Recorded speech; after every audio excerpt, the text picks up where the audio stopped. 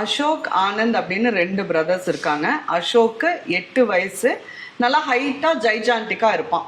ஆனந்த் வந்து 4 வயசு, ஒல்லியா குட்டியா இருப்பான். இவங்க அம்மா வந்து தன்னுடைய விவசாய பூமிக்கு 16 கிலோமீட்டர் அந்த பக்கம் இருக்கக்கூடிய ஒரு பூமிக்கு வேலைக்கு போயிருக்காங்க. இவங்க 2 பேர்த்தையும் வீட்லயே இருக்க சொல்லியிருக்காங்க. அசோக் வந்து ஆனந்தையும் கூப்பிட்டு போய் அம்மாவை பார்த்துட்டு வரலாம் அப்படின்னு சொல்லி அங்கே போயிட்டு அம்மா கேட்குறாங்க, எதுக்கு இவ்வளோ தூரம் நடந்து வந்தீங்க அப்படின்ட்டு. சரி, அங்கே கொஞ்ச நேரம் இருந்துட்டு சரி இருட்டாகிறதுக்குள்ளே நீங்கள் திரும்பி போயிருங்க அப்படின்னு சொல்லி அனுப்பி வைக்கிறாங்க. இவங்க 2 பேரும் திரும்பி வர வழியில் அங்கே ஒரு கிணறு இருக்குது, அதுக்கு ரொம்ப கீழால தண்ணி இருக்குது.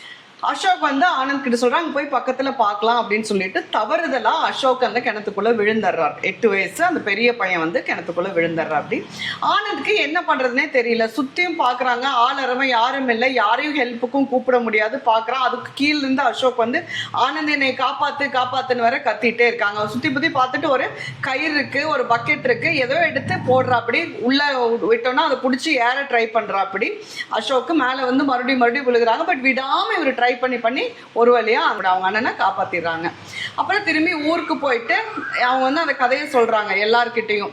அப்போ எல்லாரும் அவங்க சொந்தக்காரங்க ஃப்ரெண்ட்ஸ் எல்லாரும் வந்து இதெல்லாம் சான்ஸே இல்லாத, இப்படி நீ இவ்வளோ குட்டியா இருந்துட்டு உங்க அண்ணனை காப்பாத்திருப்ப, பொய் சொல்லாத அப்படின்னு சொல்றாரு. ஒரே ஒரு பெரியவர் மட்டும் இதை நம்புறாரு, கண்டிப்பா இவன் தான் காப்பாத்திருக்கான் அப்படின்னு சொல்லிட்டு நம்புறாரு.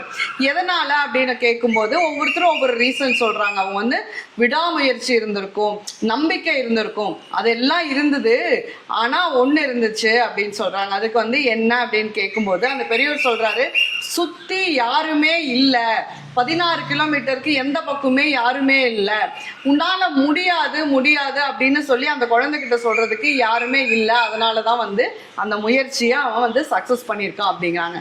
நம்மளை சுத்தி அப்படிதான், நம்ம ஒரு விஷயத்த வந்து நம்பி செஞ்சுட்டு இருப்போம். முக்கால்வாசி நேரம் நம்ம ஏன் அதை கைவிடுவோம்னா நம்மளை சுத்தி இருக்கிறவங்க சொல்லுவாங்க இது சரியா வராது, விட்டுருங்கன்னு. ஸோ நம்ம வாழ்க்கையில ஒரு விஷயத்த செய்யறோம்னா அடுத்தவங்க சொல்றதை கேட்டு முடிவு பண்றவங்களாவும் இருக்க வேண்டாம். ஒருத்தவங்க ஒரு விஷயம் செய்யறாங்கன்னா அவங்களுக்கு கருத்து சொல்றாங்கிற பேர்ல நெகட்டிவ் சொல்ற ஆட்களாகவும் இருக்க வேண்டாம். Happy living.